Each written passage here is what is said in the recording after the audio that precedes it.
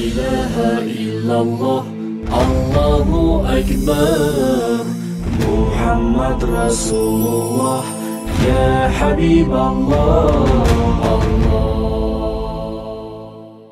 আসসালামু আলাইকুম ওয়া রাহমাতুল্লাহি ওয়া বারাকাতুহু। সুপ্রিয় দর্শক শ্রোতা, সকলকে বৈশাখী টেলিভিশন স্টুডিও থেকে সরাসরি সম্প্রচারিত অনুষ্ঠান ইসলাম ও সমাধান থেকে জানাচ্ছি সুস্বাগত। প্রিয় দর্শক শ্রোতা, আপনাদের সাথে সার্বক্ষণিক আছি আমি প্রফেসর ডক্টর মোহাম্মদ আতাউর রহমান মিয়াজি, এবং আজকের এই নির্ধারিত বিষয়ে আলোচনার জন্য এবং আপনাদের প্রশ্নের সুন্দর সমাধানের জন্য আমাদের আমন্ত্রণে স্টুডিওতে উপস্থিত হয়েছেন এদেশের একজন বিদগ্ধ ইসলামিক স্কলার। আসুন প্রথমে তার সাথে পরিচিত হই। তিনি হচ্ছেন হাফেজ মৌলানা রফিকুল ইসলাম আল মাদানী, সম্মানিত খতিব, উত্তরা কেন্দ্রীয় জামে মসজিদ, ঢাকা। আসসালামু আলাইকুম রহমতুল্লাহি তাআলা ওয়া বারাকাতুহু। আপনাকে স্বাগত জানাচ্ছি। কেমন আছেন? আলহামদুলিল্লাহ, ভালো আছেন? আলহামদুলিল্লাহ ভালো। সকালবেলা একটি সুন্দর সকালে আমরা শুরু করছি। হিজরি 1440 সালের রজব মাসের আজকে শেষ পর্যায়ে 28 তারিখ চলছে। তো যেহেতু রজব শেষ পর্যায়ে, মাঝখানে এক মাস আছে শাবান, তারপরেই মাহে রমাদান। অতএব আমি আপনাকে অনুরোধ করব, এই যে মাহে রমাদানের এক মাস বাকি থাকতে এর পূর্ব প্রস্তুতি হিসেবে আমাদের কি করণীয়, এ বিষয়ে যদি আমাদেরকে শোনান। আলহামদুলিল্লাহ, আসসালাতু ওয়াসসালামু আলা রাসূলিল্লাহি ওয়া বাদ। দেখুন, আমরা যে মাসটিকে বিদায় দিতে যাচ্ছি, রজব মাস, এটি কিন্তু অন্যতম গুরুত্বপূর্ণ একটি মাস। জি, কোরআনে কারিমে আল্লাহ সুবহানাহু ওয়া তাআলা বিশেষ করে 4টি মাসকে অধিক সম্মানী মাস হিসাবে আখ্যা দিয়েছেন। জি, সূরা তাওবা আল্লাহ বলেন, ইন্না ইদ্দাতাশ শুহুরি ইনদাল্লাহি 12 শাহরান ফি কিতাবিল্লাহ ইয়াওমা খালাকাস সামাওয়াতি ওয়াল আরদ মিনহা আরবাআতুন হুরুম। আল্লাহ সুবহানাহু ওয়া তাআলা যেদিন আসমান জমিন সৃষ্টি করেছেন সেদিনই নির্ধারণ করে দিয়েছেন মাস হবে 12টি, তোর মধ্যে অধিক সম্মানী মাস হবে 4টি, যেগুলিকে হারাম মাস বলা হয়: জিলকাদ, জিলহজ, মুহররম এবং রজব। অতএব যেহেতু এটি একটি হারাম মাস, অধিক মর্যাদার মাস, এটিকে অনেক ওলামায়ে কেরাম এইভাবে সালফে সালেহিন, সাহাবায়ে কেরাম, তাবেঈন এইভাবে মানে উপমা দিতেন যে, আমরা একটা ফোন নেব, তারপরে শুনব। প্রিয় দর্শক, আসসালামু আলাইকুম, পরিচয় দিন, প্রশ্ন করুন। ওয়ালাইকুম আসসালাম, আমি গাজীপুর থেকে আলাউদ্দিন। জি ভাই, প্রশ্ন। জি, আমার প্রশ্ন হলো বছর নামাজ সম্বন্ধে। তো আমার বাসা হলো গাজীপুরে, আর আমার অফিস হলো ধানমন্ডি 27 নম্বরে। জি, তো এখন আমরা জানি হাদিসে এরকমের মাইল মিটার নির্ধারণ করা নবী সাল্লাল্লাহু আলাইহি ওয়াসাল্লাম সময় ছিল না। এখন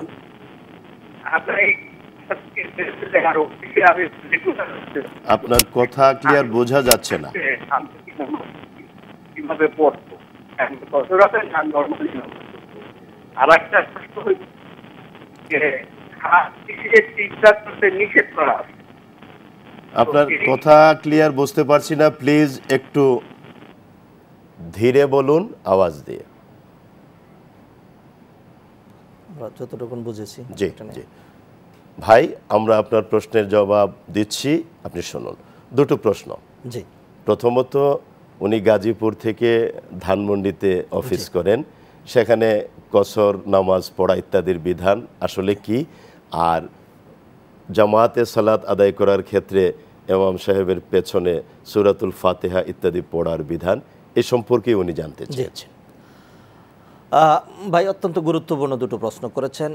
আল্লাহ সুবহানাহু ওয়া তাআলা কোরআনে কারিমে কসর এবং সফর এই দুটোকে এক আয়াতের মধ্যে আল্লাহ সুবহানাহু ওয়া তাআলা মানে ইনক্লুড করেছেন। যেখানে সফর সেখানে কসর। সূরা নিসার এই আয়াতে আল্লাহ সুবহানাহু ওয়া তাআলা বলছেন, ওয়া ইদা দারাবতুম ফিল আরদি ফালাইসা আলাইকুম জুনাহুন আন তাকসুরু মিনাস সালাহ। ইদা দারাবতুম ফিল আরদি, এটি হলো সফরের কথা, ভ্রমণ। যদি তোমরা ভ্রমণে বের হও, ফালাইসা আলাইকুম জুনাহুন আন তাকসুরু মিনাস সালাহ, তাহলে তোমাদেরকে সালাত কসর করার অনুমতি দেওয়া হলো, কোনো সমস্যা নেই। 4 রাকাত ওয়ালা যে ফরজ নামাজগুলো, সেগুলো 2 রাকাত পড়ার বিধান। অর্থাৎ প্রথম যে বিষয়টি সেটি হলো সফর। সফরের জন্য তো উলামায়ে কেরাম একটি দূরত্ব নির্ধারণ করেছেন। আল্লাহ রাসূল সাল্লাল্লাহু আলাইহি ওয়াসাল্লাম জামানায় এটি নির্ধারিত ছিল মোটামুটি। যদিও ওলামাদের একাধিক মতামত রয়েছে, তবু যেই মতটি বেশি প্রাধান্য পেয়েছে সেটি হলো মাসিরাতু সালাসাতু আইয়াম, 3 দিনের পায়ে হাঁটার দূরত্ব। 3 দিনের পায়ে হাঁটার দূরত্ব, পায়ে হাঁটার দূরত্ব, এক্স্যাক্টলি। জি। তো সেই ক্ষেত্রে এটিকে ওলামায়ে কেরাম একদম জরিপ করে যাবতীয় সব কিছু করে নির্ধারণ করে ফেলেছেন। একটি মানুষ সাধারণভাবে একদিন 16 মাইল হাঁটতে পারে, অতএব 48 মাইল অথবা 76 কিলোমিটার দাঁড়ায়। জি, এটি হলো একটি। আবার অনেক উলামায়ে কেরাম বলেছেন যে মাইলটি শুধু মানে বিবেচ্য বিষয় নয়, সেখানে হলো আল্লাহ যেটি কোরআনে বলেছেন সফরের কথা। অতএব গাজীপুর থেকে ঢাকায় কেউ গেলে কিন্তু সফর বলা হয় না, সফর বলা হয় না। আর এছাড়া এটা তো তার নিয়মিত অফিসে যাতায়াত। জি, তাছাড়া খুব কাছাকাছি বিষয়। সফরের ক্ষেত্রে ধরুন আমি ঢাকা থেকে চট্টগ্রাম যাচ্ছি, জি, ঢাকা থেকে রাজশাহী যাচ্ছি, ঢাকা থেকে বরিশাল যাচ্ছি, এই ধরনের দূরে যখন মানুষ যায় তখন একটা ট্রাভেলের প্রস্তুতি নিয়ে, জি, ইংলিশে যেটাকে ট্রাভেল বলা হয়, ট্রাভেলের প্রস্তুতি নিয়ে। আর আমরা গাজীপুর থেকে যখন ঢাকায় আসি, ঢাকা থেকে যখন গাজীপুরে রুটিন ওয়ার্ক, তখন রুটিন ওয়ার্ক, এখানে দেখা যায় যে সাথে আলাদা কোনো লাগেজও থাকে না, জি, কাপড় চোপড়ও থাকে না। জি। অতএব এটি সফর নয়, অতএব কসর এখানে করার কোনো সুযোগ নেই। জি। দ্বিতীয় যে প্রশ্নটি করেছেন সূরা ফাতিহা, সূরা ফাতিহাটা নিয়ে ওলামাদের 3টি মতামত রয়েছে। আমরা বলে দিচ্ছি, যে কোনো মতকে আপনি মানে অনুসরণ করতে পারবেন, যেহেতু প্রতিটা মতের সমর্থনেই ওলামায়ে কেরাম দলিল দিয়েছেন। 3টা মতের যে কোনোটা অনুসরণ করা শুদ্ধ হবে, কিন্তু একটা শুধু অশুদ্ধ হবে, সেটা হলো 3টাকে নিয়ে যদি লাগালাগি করা হয়, বাড়াবাড়ি করা হয়, সেটা হবে অশুদ্ধ। অতএব 3টি যে মতামত সেটা আমরা এটা শুনবো। আরেকটা কল নিচ্ছি। প্রিয় দর্শক, আসসালামু আলাইকুম, পরিচয় দিন, প্রশ্ন করুন। আসসালামু আলাইকুম, আমি রকুনুজ্জামান বলছি ঢাকা থেকে। জি, ওয়ালাইকুম আসসালাম ভাই, প্রশ্ন করুন।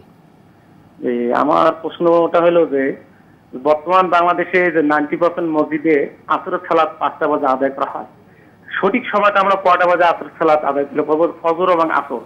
সেই ক্ষেত্রে আমরা যদি জামাতের সাথে অধিকাংশ মসজিদে 5টা বাজে পড়া হয়, যদি আমরা 5টা বাজে এই সালাতটা আদায় করি, সেই ক্ষেত্রে আমাদের সালাতটা সহি মোতাবেক হবে কিনা, সেটাই হচ্ছে আমার প্রশ্ন। আর 2 নম্বর প্রশ্ন, যে ফরজ নামাজ যদি মসজিদে পড়ে বাকি সুন্নত নফল যদি ঘরে করি, এই ক্ষেত্রে সুন্নতের কতটুকু ঘাটতি হবে, সেটা আমি জানার জন্য আপনাকে। জি, ধন্যবাদ ভাই, আপনি শুনতে থাকুন, আমরা বলছি। আমরা আগের ভাইয়ের দ্বিতীয় প্রশ্নের জবাবটা শেষ করে। জি জি, তিনি যে প্রশ্নটি করেছেন সূরা ফাতিহা ইমামের পিছনে পড়ার ব্যাপারে, যারা হানাফি মাযহাবের অনুসরণ করেন, হানাফি মাযহাবের সিদ্ধান্ত হলো ইমাম সাহেব কেরাত জোরে পড়ুন অথবা আস্তে পড়ুন। যেমন জোহরে নিঃশব্দে কেরাত পড়া হয়, জি, আর মাগরিব, এশা, ফজরে সশব্দে কেরাত পড়া হয়। যে কোনো অবস্থায় মুক্তাদি পিছনে কোনো রকম কেরাত পড়বে না, সূরা ফাতিহাও না, অন্য কোনো কেরাতও না। এটি হলো একটি মতামত। আর হলো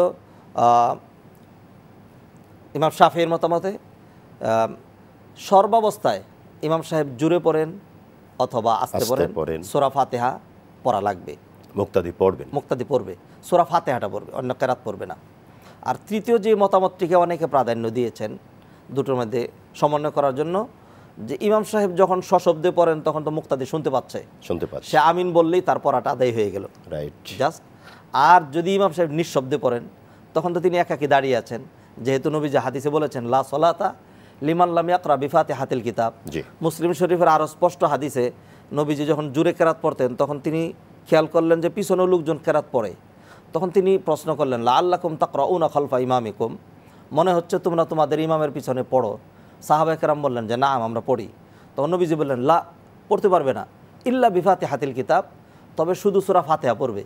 এই হাদিসগুলোর উপর মানে প্রাধান্য দিয়ে অনেকে বলেছেন যে ইমাম সাহেবের পিছনে ইমাম সাহেব যদি আসতে পড়েন তখন যেহেতু শোনা যাচ্ছে না, তখন মুক্তাদিরা নিঃশব্দে পড়বে, সূরা ফাতিহা পড়বে। এই হলো 3টি মাসালা আমরা বলে দিলাম, 3টে মাযহাব। আমরা 3টার যে কোনোটা অনুসরণ করব, বাড়াবাড়ি করব না, 3টাই সহি। ধন্যবাদ। এবার দ্বিতীয় ভাই যে দুটো প্রশ্ন করলেন, প্রথমত তার প্রশ্ন হলো যে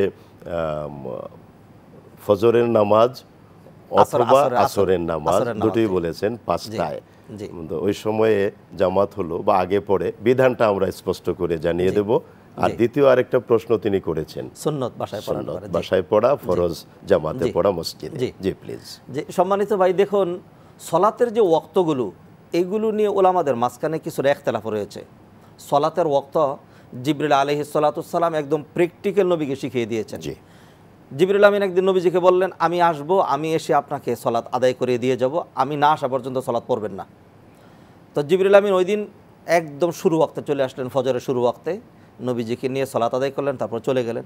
জোহরের শুরু ওয়াক্তে চলে আসলেন, আসর মাগরিব এশার শুরু ওয়াক্তে চলে আসলেন। পরের দিন বলে গেলেন যে আগামীকালকে আমি আসবো, যতক্ষণ না আসবো ততক্ষণ আপনি পড়বেন না। নবীজি অপেক্ষা করছেন, ফজর ওয়াক্ত হয়ে গিয়েছে, ফজর ওয়াক্ত চলে যাচ্ছে, সূর্য উঠে যাবে প্রায় এমন সময় জিবরিল আমিন আসলেন, এসে ফজর পড়িয়ে দিলেন। জোহরের ওয়াক্ত চলে যায়, এমন সময় সে জোহর পড়িয়ে দিলেন। আসরের ওয়াক্ত প্রায় চলে যাবে, এমন সময় সে আসর পড়ালেন। জি, ঠিক এমনিভাবে মাগরিব এশা। এরপরে জিবরিল আমিন বলে গেলেন যে আপনার উম্মতের সলাতের ওয়াক্ত হলো এই যে 2 দিনে আমি যে পড়িয়ে দিলাম, একটি শুরু ওয়াক্তে আরেকটি হলো শেষ ওয়াক্তে, এর মাঝামাঝি যে কোনো সময় পড়া জায়েজ। উত্তম ওয়াক্ত কোনটি, এটি নিয়ে ওলামাদের একটি ডিটেইলস আলোচনা রয়েছে, আমরা হয়তো টিভিতে পুরাটা তুলে ধরতে পারবো না। সেটি হলো অনেকের মতেই একদম শুরু ওয়াক্তে সলাতটা আদায় করে নেওয়া উত্তম, যেটা আমরা বাইতুল্লাহতে দেখি, মসজিদে নববীতে দেখি। কারণ নবীজি সাল্লাল্লাহু আলাইহি ওয়াসাল্লাম বলেছেন 3টা কাজকে তোমরা দেরি করবে না। যদি ছেলে মেয়ে বড় হয়ে যায় দ্রুত পাত্রস্থ করবে, কেউ যদি মারা যায় দ্রুত দাফন করবে, আর সলাতের ওয়াক্ত হয়ে গেলে তাড়াতাড়ি তোমরা সলাত আদায় করবে। জি, আমরা এটার জবাব সুন্দর পেয়ে গেছি। দ্বিতীয়টা যদি একটু বলেন, জামাতে মসজিদে পড়া। জি, আর নবীজি সাল্লাল্লাহু আলাইহি ওয়াসাল্লাম হাদিসের মধ্যে স্পষ্ট করে বলে দিয়েছেন, তোমরা যখন ফরজ নামাজ মসজিদে আদায় করবে তখন তোমরা তোমাদের ঘরে তোমাদের নামাজের একটা অংশ রাখবে। অন্য হাদিসে তিনি বললেন, লা তাজআলু বুয়ুতাকুম কুবুরা, তোমাদের গৃহকে একদম কবর বানিয়ে ফেলবে না, কবরে নামাজ পড়া নিষেধ, তোমরা তোমাদের গৃহে কিছু নামাজ পড়বে। নবীজি সাল্লাল্লাহু আলাইহি ওয়াসাল্লামের আমল যদি আমরা দেখি, তিনি তার সারা জীবনের সকল সুন্নত ঘরেই পড়তেন। অতএব সুন্নত নামাজ মসজিদে পড়া জায়েজ রয়েছে, তবে সুন্নতের সুন্নত সিস্টেম হলো ঘরে পড়া। অতএব ঘরে পড়লে কোনো ত্রুটি হবে না, ঘরে পড়লে বেশি সওয়াব হবে। ধন্যবাদ। আমরা আরেকটা ফোন নিচ্ছি। প্রিয় দর্শক, আসসালামু আলাইকুম, পরিচয় দিন, প্রশ্ন করুন। আসসালামু আলাইকুম। ওয়ালাইকুম আসসালাম। স্যার, আমি আপনার ডিপার্টমেন্টের স্টুডেন্ট ছিলাম, তো ভালো আছেন? জি আলহামদুলিল্লাহ ভালো। কি নাম? জি স্যার, আমার নাম মাহমুদা সুলতানা শিমুল। আচ্ছা, আমি 96-97 ব্যাচে ছিলাম। জি, তোমার প্রশ্ন বলো, কি অবস্থা? জি স্যার, আমার হাজবেন্ড হচ্ছেন মেরিনার। জি, উনি 6 মাসের কন্ট্রাক্টে সবসময় শিপে চাকরি করেন। তো উনি নামাজ পড়েন সবসময় কসর। আচ্ছা, তো এটা স্যার, এই কন্ট্রাক্ট টাইমটা তো 6 মাস, এই সময়ের মধ্যে এটা ঠিক হচ্ছে কিনা, এটাই আমার প্রশ্ন। জি ধন্যবাদ। তুমি শুনতে থাকো। জি, স্পষ্ট। জি, মেরিনার এবং 6 মাস শিপে থাকেন, তিনি কসর পড়েন। এখন 6 মাস তিনি থাকবেনই, এটা যেহেতু নিশ্চিত, আপনি জবাব। বোন সুন্দর প্রশ্ন করেছেন।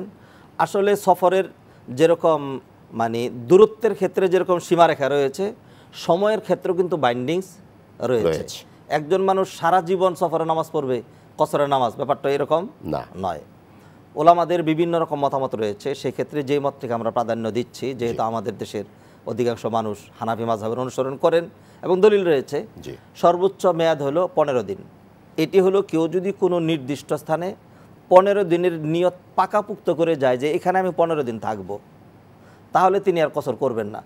কিন্তু যদি এমন হয় যেখানে তিনি গিয়েছেন নিয়ত ছিল 15 দিনের কম, আবার কিছুদিন পরে আবার তার ইচ্ছা চেঞ্জ হলো, সময় বাড়ালেন, তাহলে আবারও তিনি কসরে নামাজি পড়বেন। আপনার স্বামীর যে কন্ডিশন আপনি প্রশ্ন করেছেন, শিপ তো এক জায়গায় বসে থাকে না, শিপ এক জায়গার থেকে আরেক জায়গায় শিফট হয়। শিফট হয়, জি, শিপ শিফট হয়, একখান থেকে আরেকখানে সে চলে যায়। অতএব যখন আপনার হাজব্যান্ডের জানা থাকবে যে অমুক বন্দরে আমরা একাধারে 15 দিনের বেশি থাকব, এটি যদি শুরু থেকে পাকাপুক্ত নিয়ত হয়ে যায়, তখন তিনি পুরো নামাজ পড়বেন। আর এছাড়া যদি এমন হয় যে আমরা এই বন্দরে নোঙ্গর করেছি, আমরা 1 সপ্তাহ থাকতে পারি, 10 দিনও থাকতে পারি, 15 দিনও থাকতে পারি, অনির্ধারিত এইভাবে। এরপরে যদি দেখা গেল যে এই বন্দরে তিনি 1 মাসও রয়ে গেলেন, 1 মাসে তিনি কসর পড়বেন। অতএব যদি কোথাও পাকাপুক্তভাবে 15 দিন নির্ধারিত না হয়, তাহলে তিনি কসরই পড়তে থাকবেন।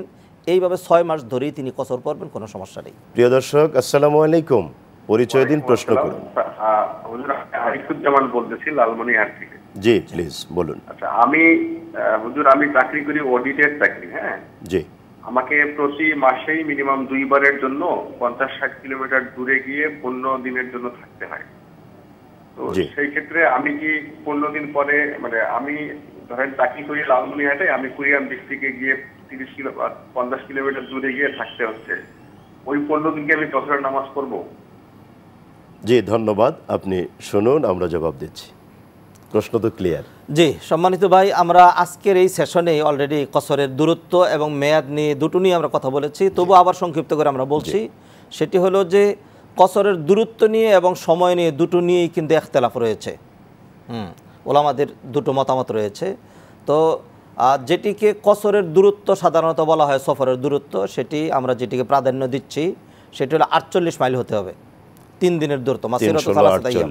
জি, 76 কিলোমিটার। এর চেয়ে কম যদি হয় তাহলে মানুষের সাধারণ যাতায়াত, একজন মহিলার মাসালাও কিন্তু এটার সাথে জড়িত। একজন মহিলা কিন্তু এর চেয়ে কম যদি হয় তাহলে একাকী চলাফেরা করতে পারবে, কিন্তু এর চেয়ে বেশি, জি, এর চেয়ে বেশি হয়ে গেলে কিন্তু সে মাহরাম ছাড়া চলবেন না। অতএব যেহেতু আপনার দূরত্ব কম, অতএব অধিকাংশ উলামায়ে কেরামের মতে আপনি কসর করতে পারবেন না। তবে কোন কোন উলামায়ে কেরাম তো এমনও বলেছেন কেউ যদি 4 কিলোমিটারও যায় স্টার্ট করলেই পড়তে পারবেন, এরকম একটি মতামত রয়েছে। তবে আমরা এই মতামতটাকে প্রাধান্য দিচ্ছি, আমরা এটাকে প্রাধান্য দেব না, আগেরটাকে। জি, ধন্যবাদ। প্রিয় দর্শক, আসসালামু আলাইকুম। পরিচয় দিন, প্রশ্ন করুন। ওয়ালাইকুম আসসালাম। আসসালামু আলাইকুম। ওয়ালাইকুম আসসালাম। স্যার, আমার ছেলের নাম হচ্ছে হাসিন ইশরাক জাহিন। আবার বলুন। হাসিন ইশরাক জাহিন। বুঝতে পেরেছেন? জি। বলতে জায়গা যা হয় সেটা কি দন্তন্য। কিন্তু আমি কিছুদিন আগে জানতে পারলাম যে আমার ছেলের বয়স অলরেডি 6.5 বছর হয়ে গেছে। কিছুদিন আগে জানতে পারলাম যে জাহিম একটা জাহান্নামের নাম, মানে আমার ছেলের নাম হচ্ছে জাহিন, আবার মানে আর জাহিম হচ্ছে একটা জাহান্নামের নাম। আচ্ছা, মানে কাছাকাছি নামটা হয়ে যায়। এখন এটা কি কোনো সমস্যা কিনা? আমি আবার এটা আকিকা করে নাম রাখছি। জি, ধন্যবাদ। আপনি শুনুন। বোন, আপনাকে সুন্দর একটা সমাধান দিচ্ছি আমরা। নবীজি সাল্লাল্লাহু আলাইহি ওয়াসাল্লাম বলেছেন, ইন্নাকুম তুনাদাউনা ইয়াউমাল কিয়ামাতি বিআসমাইকুম ওয়া আসমাই আবাইকুম ফাআহসিনু আসমাকুম। কিয়ামতের দিন লক্ষ কোটি মানুষের সামনে তোমাদেরকে তোমাদের নাম এবং পিতার নাম ধরে ডাকা হবে, অতএব তোমরা সুন্দর নাম ডাকবে, সুন্দর নাম রাখবে। যাদের নাম অসুন্দর ছিল, অর্থবহ ছিল না, নবীজি এরকম অনেক নাম পরিবর্তন করে দিয়েছেন। একজনের নাম ছিল হাজান, দুশ্চিন্তা। নবীজি তার নাম চেঞ্জ করতে চেয়েছেন, সে চেঞ্জ করতে রাজি হয়নি।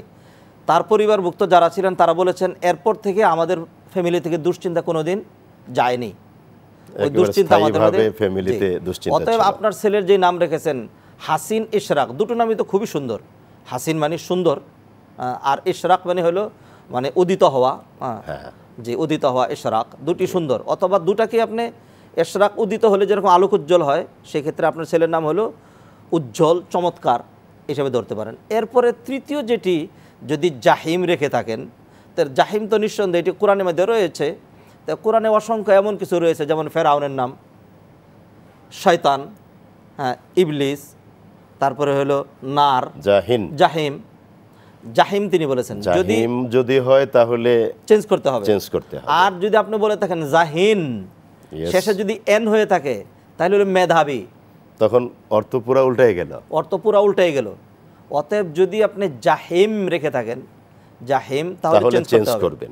আর যদি আপনি জাহিন হয়ে থাকে জাল দিয়ে এবং শেষে এন বা ন হয়ে থাকে, তার মানে হলো মেধাবী, ওটা চমৎকার। ঠিক আছে। অতএব আপনি মানে যদি এই জাহিম নাম হয়ে থাকে তাহলে আপনি এটা চেঞ্জ করবেন, বাদ দিয়ে দেন। অথবা এড করতে চাইলে জাহিন এটা করতে পারেন। অথবা দুটো নাম তো রয়েছেই, একটি নাম হলেই তো চলে, যথেষ্ট হয়, একটি নামই সুন্নত। অতএব আপনি যদি জাহিম রেখে থাকেন এটা চেঞ্জ করাই লাগবে। মোট কথা ম থাকলে ওটা অবশ্যই চেঞ্জ করতে হবে, যেহেতু জাহান্নাম। আর ন যদি হয়ে থাকে তাহলে ইটস অ্যাপ্রোপ্রিয়েট। জি, ধন্যবাদ। তো নামের ক্ষেত্রে আমরা যেটা পরামর্শ দেব, আপনি একটু আগে বলেছেন, রাসূল করিম সাল্লাল্লাহু আলাইহি ওয়াসাল্লাম নাম রাখার ব্যাপারে যথেষ্ট গুরুত্ব আরোপ করেছেন, সুন্দর সুন্দর সংক্ষিপ্ত নাম। তো এখন আমি সম্পূরক একটা বিষয় জানতে চাচ্ছি, এই যে নাম রাখা এবং নামের যে এত গুরুত্ব, তা আমরা এই ক্ষেত্রে উদাসীন হয়ে বর্তমানে দেখছি আমরা নাম ছোট রাখছি, কিন্তু এমন নাম রাখি যেগুলোর কোনো অর্থ হয় না, যেগুলোর অর্থ হয় বিদঘুটে, যেগুলোর অর্থ হয় একেবারে জঘন্য, আজে বাজে। তো এ বিষয়ে আমাদের করণীয়টা যদি একটু স্পষ্ট করে দেন। আসলে দেখুন, মানুষ নামের ক্ষেত্রে যেটি তালাশ করে সেটা হলো আনকমন। আনকমন, আনকমন মানে যেই নামটি কেউ রাখেনি। আমাদের আগে যারা ছিলেন তাদের ক্ষেত্রে আল্লাহ সুবহানাহু ওয়া তাআলা কোরআনে বলেছেন, কানুহুম আসাদ্দা মিনহুম কুওয়াতান ওয়া আকসারু জামা। আমাদের চাইতে বেশি শক্তিশালী, আমাদের চাইতে বেশি সম্পদশালী, আমাদের চাইতে বেশি মেধাবী, আমাদের চাইতে বেশি পরহেজগার, আমাদের চাইতে বেশি ভালো ছিলেন। নবীজি বলছেন, আমার যুগের চেয়ে ভালো আর কেউ হয় না। সাহাবে, তারপর তাবেন, এবং প্রতি বছর মানুষ ধীরে ধীরে কিয়ামতের দিকে যেতে থাকবে, আর ধর্মীয় দিক থেকে তাদের ঘাটতি আসতে থাকবে। অতএব ভালো নাম যেগুলো ছিল এগুলো তো সবাই রেখেছেন। আপনি যদি ভালো রাখতে চান তাহলে ওই নামগুলি ঘুরে ঘুরে আসবে, ওই 3 যুগের ভেতরে। জি, ওই নামগুলোই ঘুরে ঘুরে আসবে। আর যদি এমন নাম রাখতে চান যেটি কেউ রাখেনি, তাহলে ওই নামগুলোই কেউ রাখেনি, যেই নামগুলো ভালো নয়। ভালো নয়, রাইট। আমরা আরেকটা ফোন দেব। প্রিয় দর্শক, আসসালামু আলাইকুম। প্রশ্ন করুন, পরিচয় দিন, প্রশ্ন করুন। আসসালামু আলাইকুম, আমি হলো সোহেল, রংপুর থেকে। জি বলুন। আমার প্রশ্ন হলো যে আমার আব্বা হচ্ছেন মারা গেছে 2 বছর হচ্ছে, ঠিক আছে? তা আমার আব্বার এই ঘেরা দিচ্ছে না কাঠে, কবরে ঘেরা দিচ্ছি, আবার ঘেরাটা ভাঙে গেছে, নতুন করে আবার ঘেরা দিচ্ছি। এটা কি জায়েজ আছে নাকি, এই জন্য বললাম। সেটা ক্লিয়ার। জি আপনি শুনুন, আমরা বলছি। সম্মানিত ভাই, আপনার বাবার যে কবরের একটি সম্মান রয়েছে, এটা লিমিটেশনের ভিতরে। জি, নবীজি সাল্লাল্লাহু আলাইহি সাল্লাম কবরের উপর জুতা দিয়ে হাঁটা, কবরের উপর বসা, কবরের উপর পসরা পায়খানা করা, এগুলি সব নিষেধ করেছেন। কবরে আলাদা একটা চিহ্ন থাকবে, 1 বিঘাত অন্য মাটি থেকে 1 বিঘাত পরিমাণ উঁচু থাকবে, যাতে মানুষ বুঝে যে এটি সাধারণ জায়গা নয়, এটি কবর, এইটুকুন। এর বাহিরে কবরের উপর ফুল দেওয়া, কবরকে খুব সাজসজ্জা করানো, পাকা করা, এগুলো জায়েজ নেই। অতএব আপনার কবরের, বাবার যে কবরের ঘেরাওটা আপনি বলেছেন যে ভেঙে যাওয়ার কারণে আপনি শুধু ঘেরাও দিয়ে রেখেছেন, যাতে নিশ্চিত থাকে যে এটি কবর।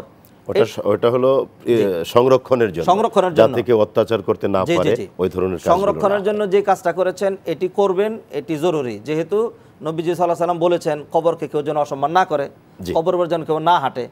কিন্তু আবার এটি আরেকটা ফোন। জি, প্রিয় দর্শক, আসসালামু আলাইকুম। পরিচয় দিন, প্রশ্ন করুন। জি, মোহাম্মদ শামসুদ্দিন, আমি চট্টগ্রাম থেকে বলছি। জি বলুন প্লিজ। জি, আমি বলতে চাইছি ওই যে ঈদের নামাজে দোয়া কুনুতের আগে যে একটা তাকবীর দিতে হয়, জি, ওই তাকবীরটা দিতে আমি অধিকাংশ সময় ভুলে যাই। আচ্ছা, এই জন্য কি ঈদের নামাজটা পুনরায় আদায় করতে হবে কিনা? জি ধন্যবাদ, শুনতে থাকুন। জি, এর আগে আগের প্রশ্নের জবাবটা একটু কয়েক সেকেন্ডে কমপ্লিট করুন। যেটি বলছিলাম, অতএব কবরকে শুধু ঘেরাও দিয়ে চিহ্নিত করে রাখা এটি জায়েজ, কিন্তু কবরকে কোনো অবস্থাতেই শান শৌকতপূর্ণ এমন না করা যাতে মানুষ এখানে শিরিক বেদাত শুরু করে দেয়, এমন করা যাবে না, সেই সুযোগ দেওয়া যাবে না, সেই সুযোগ দেওয়া যাবে না। আচ্ছা, এবার এ ভাইয়ের যে প্রশ্ন। জি, আপনি প্রশ্ন করেছেন বেতেরের নামাজের কুনুতের আগের তাকবীরটা আপনি ভুলে যান। সম্মানিত ভাই, বেতেরের নামাজের যেই কুনুত, এই কুনুতটি পড়া ওলামায়ে কেরামের মাঝখানে 2টো মতামত। একটি হলো যে কুনুত পড়া ওয়াজিব, আরেকটি মতামত হলো সুন্নতে মুআক্কাদা। যদি কোনো কারণে কুনুত ছুটেও যায় কোনো সমস্যা নেই। আর এই কুনুত পড়ার সিস্টেমে 2 রকম আমরা দেখতে পাই। সেটি হলো যে কেরাত এবং কুনুতের মাঝখানে পার্থক্য করার জন্য মাঝখানে তাকবীর দেওয়া, রাইট, এই 2টো মাঝখানের জন্য। আরেকটি হলো জাস্ট কেরাত শেষ হলে আমি যদি দোয়া করি, সেটি তো কুনুত, অতএব আর কিছু তাকবীর দিতে হবে না, সরাসরি পড়া। অতএব যেহেতু দ্বিতীয় আরেকটি মতামত রয়েছে যে কেরাত এবং কুনুতের মাঝখানে কোনো তাকবীর নেই, অতএব আপনি ভুলে যান অথবা ইচ্ছা করে বাদ দেন, কোনো অবস্থাতেই আপনার বেতেরের সালাতের কোনো সমস্যা নেই, দ্বিতীয়বার পড়ার কোনো প্রয়োজন নেই, বেতেরের নামাজ একদম পারফেক্ট। মূল বিষয়টা হলো কুনুতটা ওয়াজিব বা সুন্নতে মুআক্কাদা, তাকবীরটা হলো এই তেলাওয়াত এবং কুনুতের পার্থক্যটা দূর করার জন্য। অতএব এটা না বললেও এখানে নামাজ সহি হবে। সহি। জি, প্রিয় দর্শক, আসসালামু আলাইকুম। পরিচয় দিন, প্রশ্ন করুন। ওয়ালাইকুম আসসালাম, আমি সাইফুদ্দিন মাহমুদ সুজন, মানিকগঞ্জ থেকে। জি প্লিজ। আমার প্রশ্ন হলো যে ইসলামে কি পীর ধরা এটা কি আপনার অবশ্যই ধরতে হবে নাকি না ধরলে কোনো সমস্যা? আচ্ছা আচ্ছা, আপনি শুনুন। আমাদের সমাজে যেটা প্রচলিত সিস্টেম, পীর ধরাটা কি খুব জরুরি, না ধরলে কোনো সমস্যা হবে? একটু বলছি, এক সময় আমাদের দেশে অনেক হক্কানি ওলামায়ে কেরাম ছিলেন, পীর ছিলেন, যারা এখানে দিন ধর্মের দাওয়াত দিয়েছেন, মানুষকে হক পথে ডেকেছেন। আল্লাহ সুবহানাহু ওয়া তাআলা কোরআনে বলছেন, ফাসআলু আহলা যিকরি ইন কুনতুম লা তা'লামুন, তোমাদের জানা না থাকলে যারা জানে তাদেরকে জিজ্ঞেস করবে। এই আহলু যিকিরের তাফসির উলামায়ে কেরাম। জি। অতএব আপনি যেটি জানেন না সেটি আপনার মসজিদের ইমাম সাহেবকে, অন্য এক জায়গায় আরেকজন আলেমকে, মাদ্রাসার মুহতামিম সাহেবকে, একজনকে জিজ্ঞাসা করতে পারবেন, জেনে নেবেন।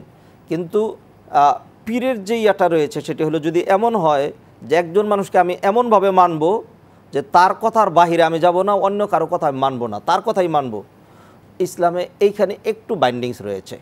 এখানে মূল বিষয়টা হলো যে হ্যাঁ, একজন মুরব্বী, একজন শায়েখ, একজন স্কলার, তিনি আমার মুরব্বী হিসেবে আমাকে পথ প্রদর্শন করবেন, যেহেতু তিনি জানেন আমি জানি না, তার সান্নিধ্যে যাব, এটা দোষণীয় মোটেও নয়, এখানে কল্যাণ আছে।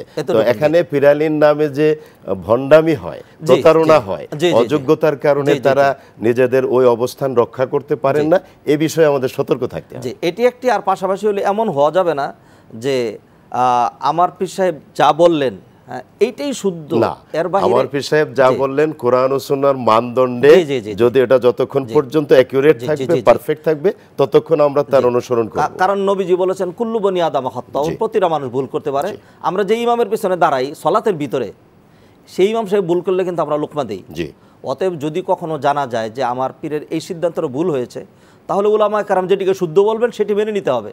এইভাবে যদি মেনে নেই, তাহলে একজন মানুষকে এইভাবে অনুসরণের মধ্যে কোনো সমস্যা নেই, তবে সেই অনুসরণটা যেন অন্ধ অনুকরণ না হয়। হ্যাঁ, ওই মূল কথা ওইটাই, অর্থাৎ কোরআন ও সুন্নাহর মানদণ্ডে যাচাই করে যিনি উত্তীর্ণ হবেন, আমার মুরব্বী হওয়ার, শায়েখ হওয়ার মতো যোগ্যতা রাখেন, আমি তাকে অবশ্যই অনুসরণ করতে পারবো। কিন্তু তিনি যখন কোরআন ও সুন্নাহ থেকে বিচ্যুত হবেন, আমি সেখানে তার অনুসরণ করতে পারবো না। এই তো, অন্ধ অনুকরণের সুযোগ নেই, কোনো সুযোগ নেই।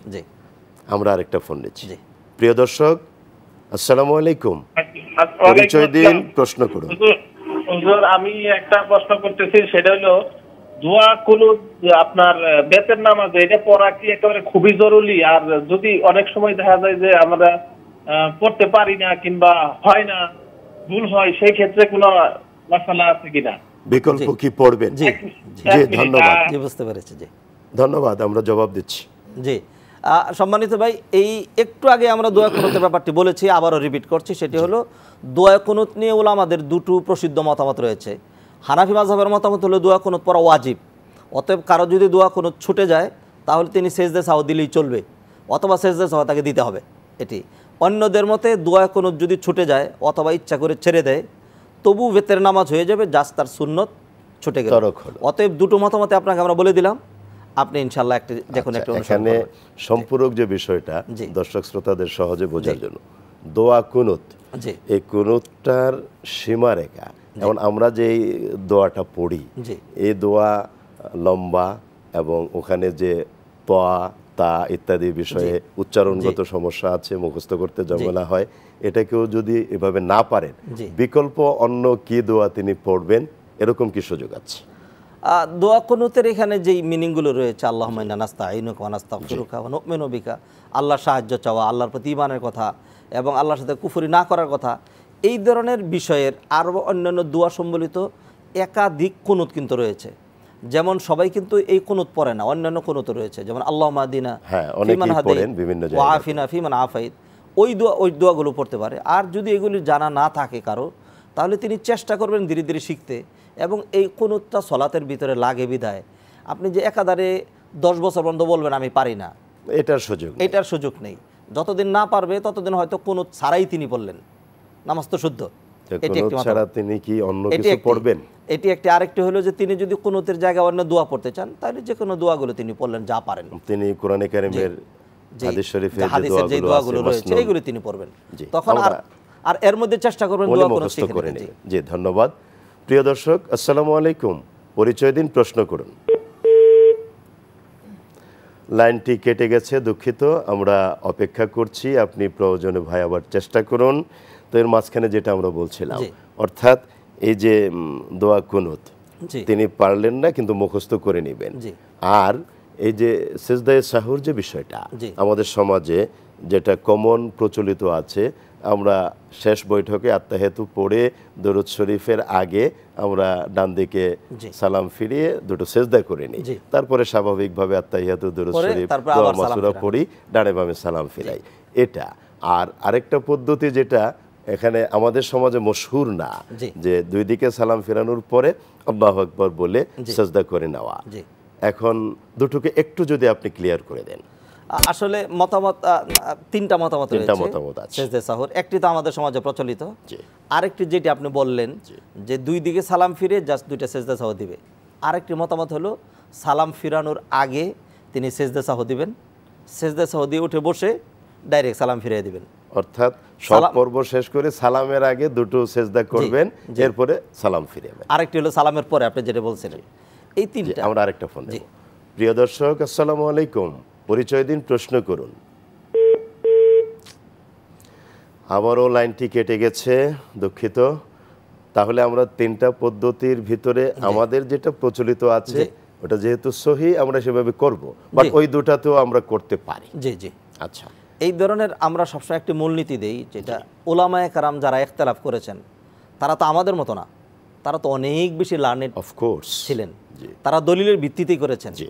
অতএব যখনই ইখতিলাফি বিষয় দুই ধরনের মতামত আসবে, আমাদের দর্শক শ্রোতাদের মধ্যে হয়তো অনেকে আমাদের উত্তর শুনে একটু ক্ষেপে যান যে আমার উত্তরটা তিনি দিলেন না।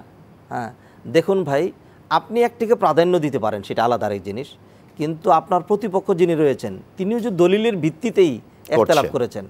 এই কারণে আমরা যেই মতামতটা পোষণ করি, যেখানে ওলামাদের ইখতিলাফ থাকবে, বিশেষ করে মানে এত বড় বড় ইমাম যারা ছিলেন, ইমাম শাফি, ইমাম আহমদ, সবাই তো অনেক বড় বড় পণ্ডিত, এই ধরনের ইখতিলাফ যখন সামনে আসে তখন আমরা প্রতিটা মতকেই শ্রদ্ধার সাথে দেখি। অতএব এটি বলি না যে না এটা কিছুই না, এরকম আমরা সেই কথা বলার সুযোগ নেই। জি, ধন্যবাদ আপনাকে। অনেক গুরুত্বপূর্ণ কথা আপনার কাছ থেকে আমরা শুনলাম, ইনশাআল্লাহ ভবিষ্যতেও সেই সুযোগ থাকবে। আপনাকে অনেক মোবারকবাদ। সবাইকে মোবারকবাদ।